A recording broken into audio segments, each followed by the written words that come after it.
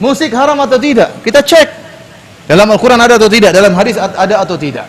Ternyata dalam Al-Quran Allah sebutkan dalam surat Luqman, wa minan nasi may yashtari lahwal hadithi liyudilla an sabilillah. Di antara manusia ada yang membeli ya lahwal hadith, perkataan yang sia-sia untuk menyesatkan manusia dari jalan Allah. Para sahabat menafsirkan yang dimaksud dengan perkataan sia-sia adalah lagu yang disertai dengan musik. Lagu yang disertai dengan apa? Musik. Dalam Sahih Bukhari Rasulullah SAW mengatakan, la yakunanna aqwamun min ummati yastahilluna al-hira wal harira wal khamra wal ma'azif.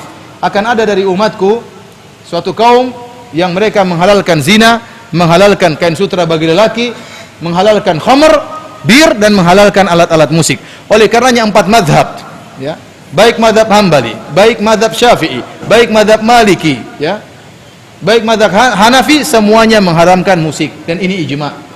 Antum buka buku fikih Syafi'i, buku apa saja, mau kitab karangan Imam Syafi'i, atau kitabnya Imam Nawawi, Majmu' Syarh al-Muhadzab, atau kitab-kitab yang lainnya, kalau mereka sudah bahas alat musik, mereka haramkan. Oleh karena Imam Syafi'i dalam kitab mengatakan, jika ada orang kafir masuk di rumah kita, kemudian curi alat musik, maka tidak boleh dipotong tangannya. Kenapa? Hukumnya sama seperti dia mencuri khamr dari rumah kita. Hukumnya sama dia mencuri babi dari rumah kita. Imam Syafi'i menyamakan antara babi, khamr, dan alat musik, hukumnya sama-sama haram. Kalau dicuri maka tidak boleh pencurinya dipotong tangan, karena dia mencuri barang yang haram.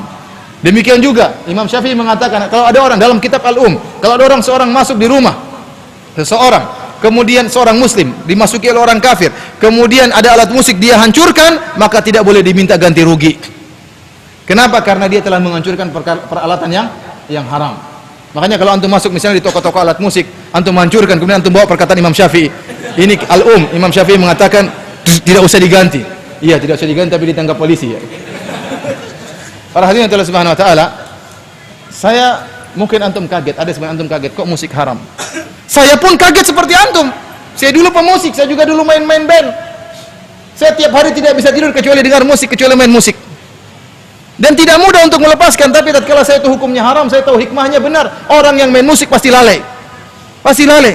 Dan apa musik-musik? Taruhlah musik itu halal. Taruhlah musik halal. Antum lihat, musik yang tersebar apa sih? Isinya cinta-cinta, suami istri, ditinggal kekasih, kemudian nunggu pacar, nunggu cewek. Semua itu isinya gitu semua.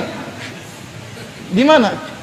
Di mana mau jihad kemudian tunggulah. Ini mau jihad gimana? Joget-joget dulu, enggak nyambung. Oleh karenanya bikin orang lemas, bikin orang loyo, bikin orang cengeng. Itu semua gara-gara apa? Aslinya akhirnya istri pun tidak mau dipoligami. Gara-gara apa? Terlalu banyak nonton apa? Dengar-dengar musik-musik seperti itu. Mau saya nggak, ini bercanda. Mau saya kenyataan isi musik seperti itu. Apa yang ente harapkan? Coba ente cari musik Islami berapa persen sih?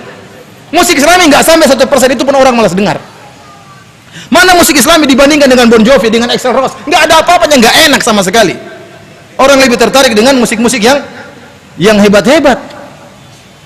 Maka kalau kita bilang musik pun asalnya halal, kebanyakannya juga apa? Haram. Apalagi musik hukum asalnya apa?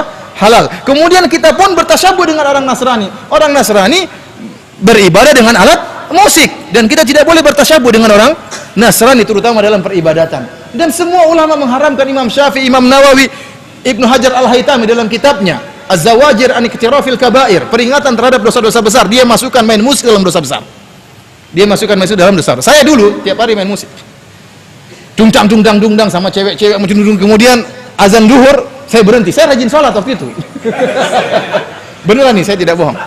Jadi begitu wajiban sholat, berhenti. Saya sholat dulu. Sholat hati ini hancur. Gimana ente? Ente mau khusyuk sholat baru gini-gini, nggak bisa ente mau. Hati hancur dipenuhi dengan apa? Musik. Dia ente mau nangis, sementara nanti ente isinya drum band dan macam-macamnya. Sampai saya gelisah, kok bisa demikian? Saya merasa nggak serak waktu itu. Padahal yang saya nyanyi terkadang lagu kasidah, dan saya waktu itu juara kasidah, juara 1 lagu Islami. Tapi rusak hati ini. Hati ini apa? Rusak. Bagaimana kalau saya nyanyi lagu-lagu metal, lagu rock and roll, rock jazz dan macam-macamnya? Yang tadi saya katakan, musik itu kebanyakannya rusak. Oleh karenanya kalau dia haram, wajar-wajar saja. Wajar-wajar saja. Apalagi musik itu sendiri hukumnya apa? Haram. Para ulama hanya membolehkan duf, yaitu drum rebana, kalau ada acara walimah atau ada acara Idul Fitri, Idul Adha, tidak jadi masalah. Ya. Tapi kalau yang lainnya maka tidak diperbolehkan.